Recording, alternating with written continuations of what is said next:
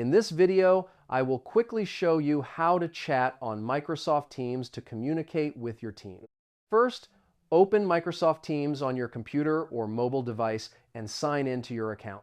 Once you are inside, go to the chat option located in the side menu. Next, click New Chat to start a new conversation.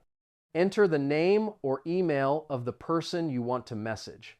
Then type your message in the text box at the bottom of the screen. When you finish typing, press Enter or click the Send button to send the message. You can also send files, emojis, images, or links directly through the chat.